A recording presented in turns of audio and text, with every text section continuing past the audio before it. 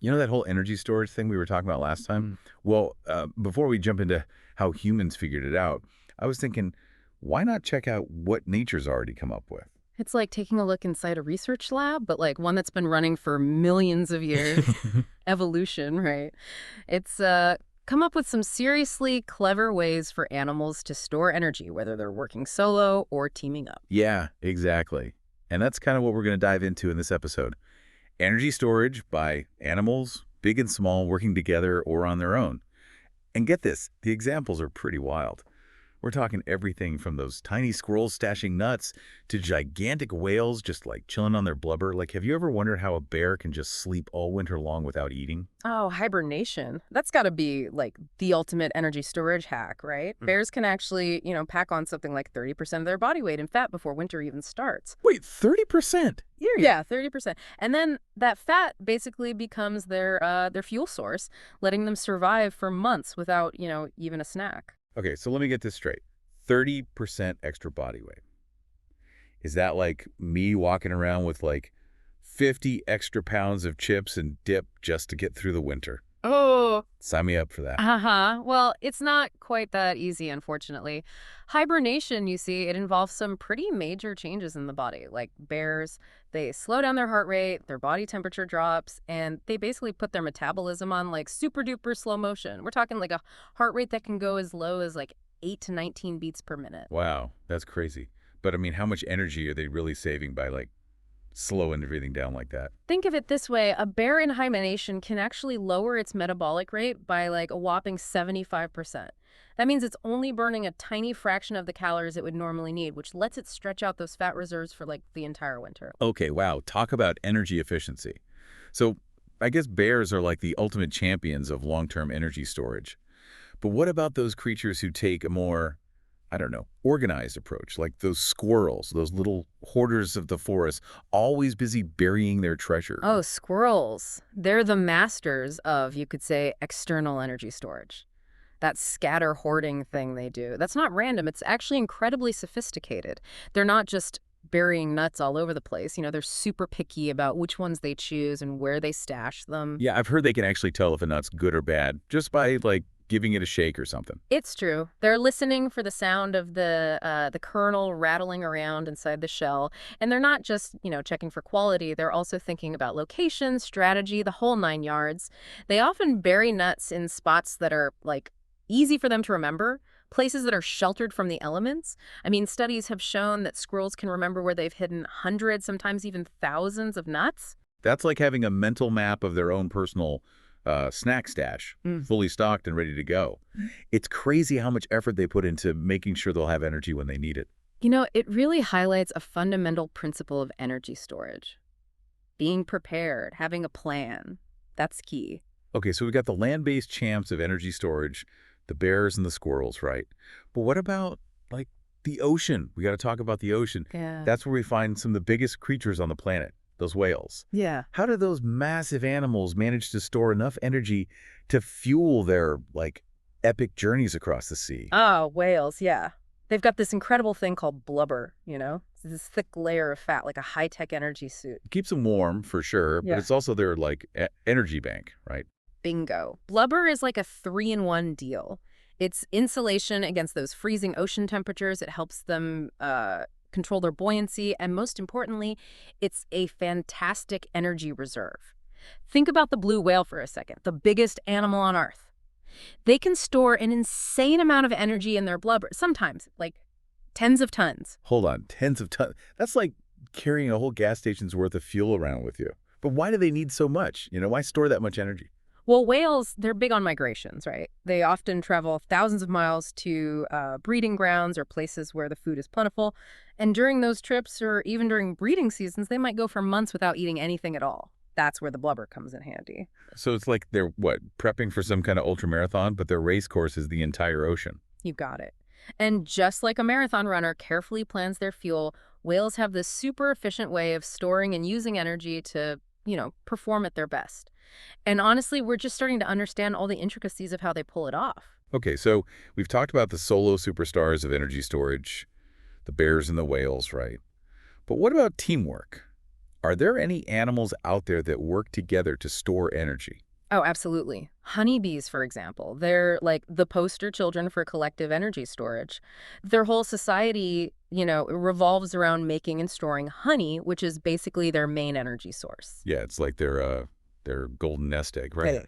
But how much energy are we really talking about here? Like, is it really that much? Oh, you'd be surprised.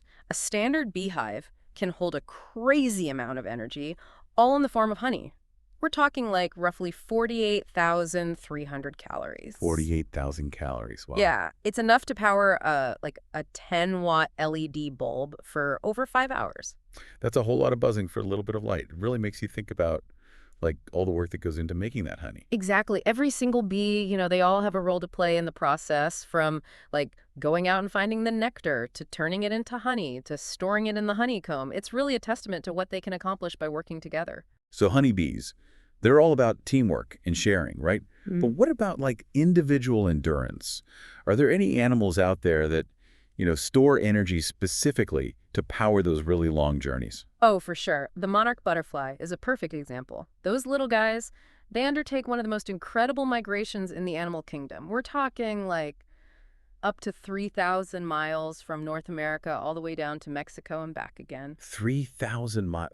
That's like flying across like the entire United States. How do they even manage to fuel a trip like that? Well, before they head out on their migration, monarchs, they build up these impressive fat reserves. We're talking like up to 20% of their body weight, all fat. Oh, 20%. That's like me carrying an extra, I don't know, 30 pounds of trail mix just for a road trip. Pretty much. And just like we might plan out, our rest stops and fill up the tank along the way, monarchs, they strategically time their flights and use those favorable winds to conserve energy. So it's not just about storing energy. It's also about like using it wisely, Yeah. making it last, right? Exactly. It's a good reminder that even if you have amazing energy storage, being smart about how you use it is just as important. Okay, so we've talked a lot about animals and how they store energy. But let's bring it back to us for a second. Humans, we don't have blubber or honeycombs, but we've got our own pretty impressive energy storage system, right? Of course. Our bodies, they mainly store energy as fat, tucked away in that adipose tissue all over the body. It's like our long-term energy savings account helps us get through those times when food might be scarce. So it's kind of like our internal pantry, right? Always stocked up for those just-in-case moments. Exactly. And then we've got another type of energy storage that's a bit more readily available called glycogen that's found in our liver and muscles. Oh, right, glycogen. That's what gives us that, like, quick burst of energy for a sprint or, like, lifting something heavy, right? You got it. Glycogen, it's like our energy cash on hand, ready to spend whenever. While fat, that's more like our long-term investment there for the long haul. So we humans, we've got both the short-term and the long-term energy storage covered, just like a lot of those animals we've been talking about. It's kind of cool to see how this whole, like, fundamental need for energy storage shows up all across the animal kingdom.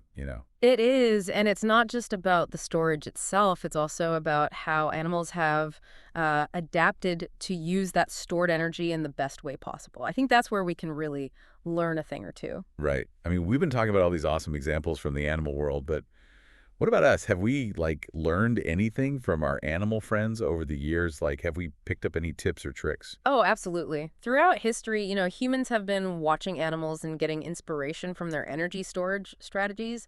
One of the earliest examples, I'd say, is the whole practice of preserving food. It's like they saw those squirrels stashing their nuts and thought, hey, wait a minute, we can do that too. Haha, exactly. Drying meat, smoking fish, fermenting vegetables, all those techniques, they were inspired by watching how nature preserves those energy-rich foods. Early humans, they figured out that by removing moisture or changing the chemical makeup of food, they could make it last longer and have a more reliable source of energy. So they were basically creating their own little energy reserves, Yeah. taking a page from nature's playbook, right? You got it. And it wasn't just about food preservation either.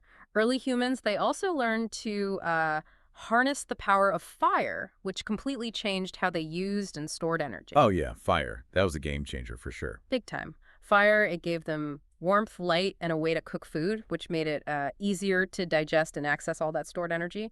It was a huge step forward in human evolution, and it all started with, observing and learning from the natural world. It's kind of mind-blowing to think about how those early observations and adaptations basically set the stage for those complex energy systems we have today.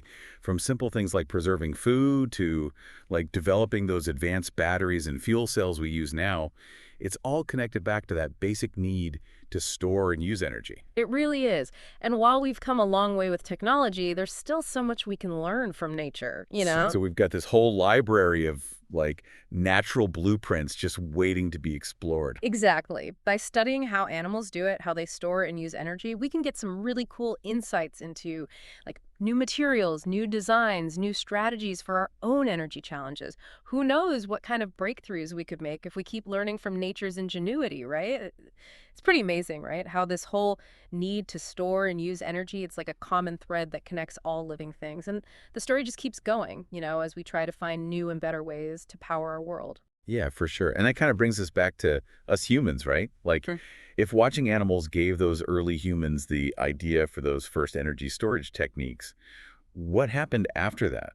Like, what came after drying meat and figuring out fire? That's where things get really interesting, I think. See, early humans, they didn't just stop at copying nature.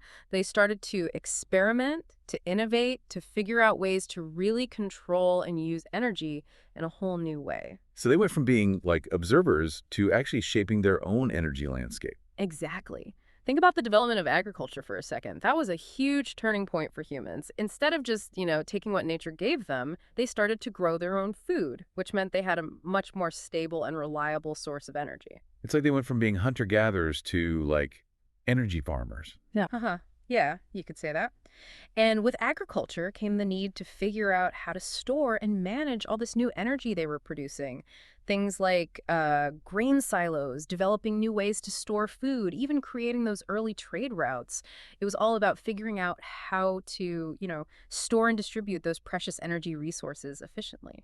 So early humans weren't just storing food, they were building whole systems around managing their energy, right? Exactly. And as those societies grew and got more complex, so did their need for energy, which meant they had to come up with even more innovations. Think about like windmills and water wheels. Those were some of the first ways they figured out how to harness the power of nature to like do work, which just opened up so many possibilities. It's like they were plugging into nature's own energy grid, finding ways to like channel and direct those natural forces to do what they wanted.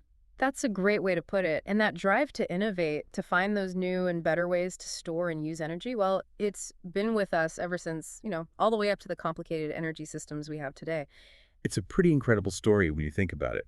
It stretches back thousands of years from those first humans watching animals to us now with our batteries and fuel cells and all that renewable energy stuff. It really shows you how much our quest to master energy is tied to understanding the natural world, right?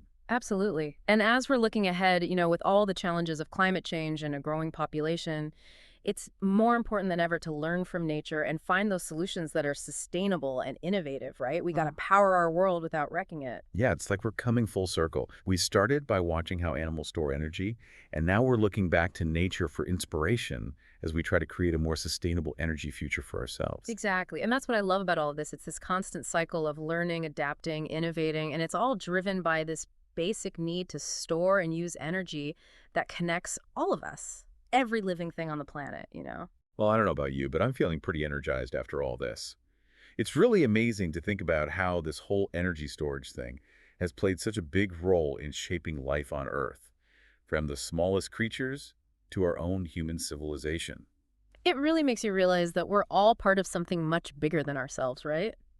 And by understanding and respecting the natural world, we might just find the answers to some of our biggest challenges. So to everyone listening out there, next time you see a squirrel burying a nut, or a bear getting ready for winter, or even a beehive buzzing with activity, take a minute to really appreciate those incredible energy storage strategies going on right in front of you.